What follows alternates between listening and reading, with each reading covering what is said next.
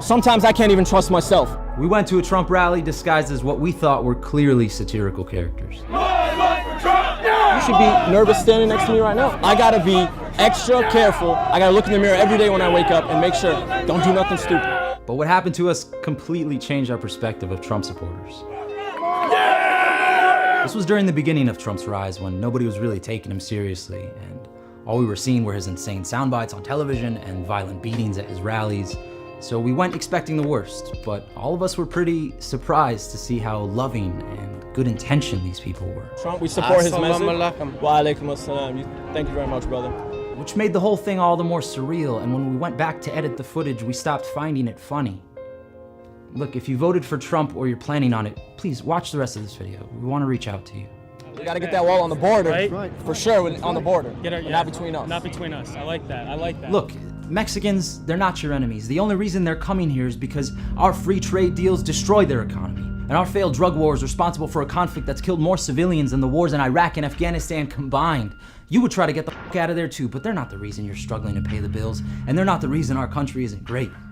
Poll after poll, we think the biggest threat to our safety are radical Muslims. You're more likely to die from your furniture, and most terrorist attacks in the United States are carried out by white extremists, but we've been conditioned to fear. We're at Terror Alert Orange, which means something might go down somewhere in some way at some point in time. So look sharp! And deprived the wisdom to understand that the war on terror conveniently has no end. Come on, fire!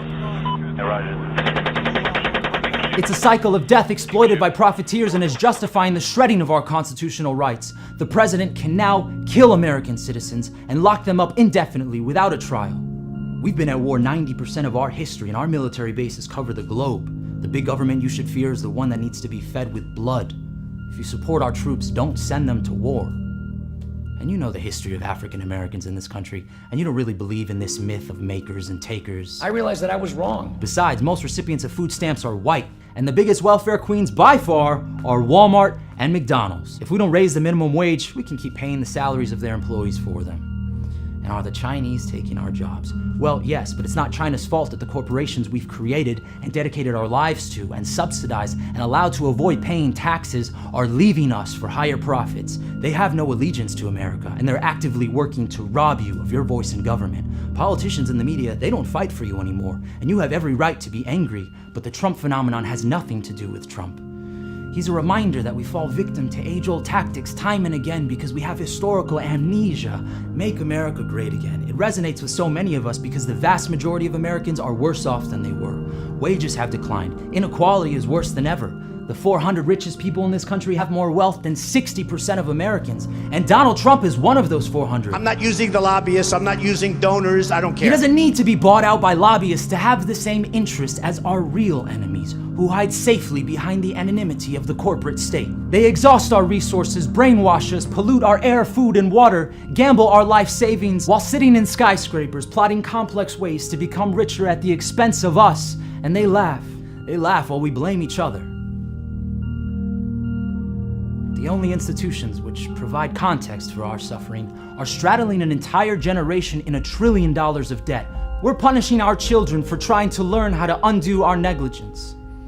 Listen, I know gays and abortions are hardline issues for some, but everything you hope Trump is can be found in another candidate. And yeah, I know the years of conditioning to hate the word socialism are making you feel very uncomfortable right now, but we've been lied to.